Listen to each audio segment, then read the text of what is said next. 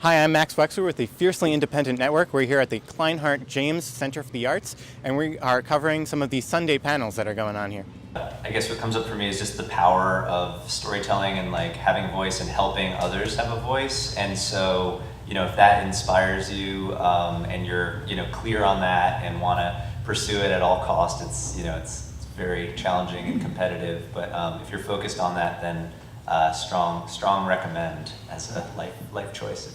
I think that I have a responsibility as somebody who helps get stories told to try to be more inclusive in terms of not just the stories that are being told, but the who are the storytellers and who are their stories centered on, so that we start to see just a more inclusive voices.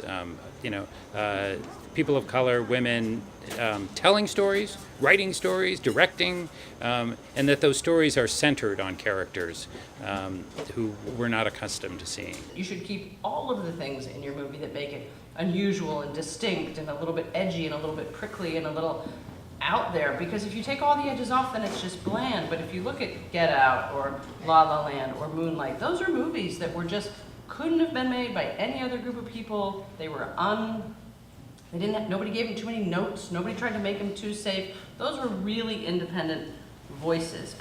The challenge is there's just such a hyperabundance of everything. So how to cut through the clutter of all the content that is out there.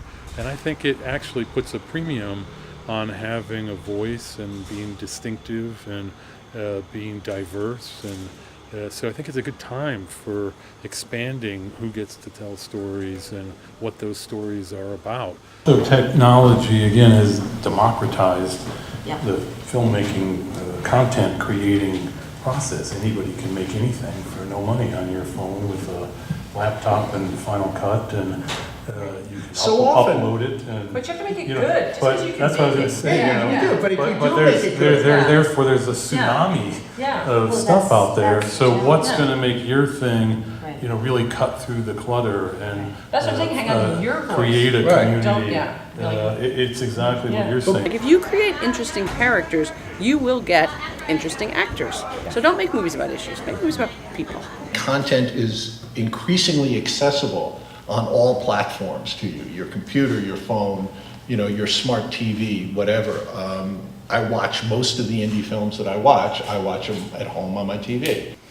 I would just say at the moment there seems to be kind of an influx of potential financing partners through Amazon and Netflix and Hulu and now Apple and all this. So it's kind of adding onto whatever is being taken away from the studio or the major financing companies. There's kind of an additional now resources added to that, which could be accessible. So I think the more opportunities to partner with financing and distribution is better for now for where I sit. Yeah, I agree. I mean, there's a lot of different ways to get stuff out in the world these days, and I think as a storyteller, the goal is to get as many people to see your work as possible. What's great to me about indie cinema is it's sold on ideas and not on image, and I think that's where our strength lies as indie producers. For more from the Independent Network and to find out more about the festival, visit www.woodstockfilmfestival.com.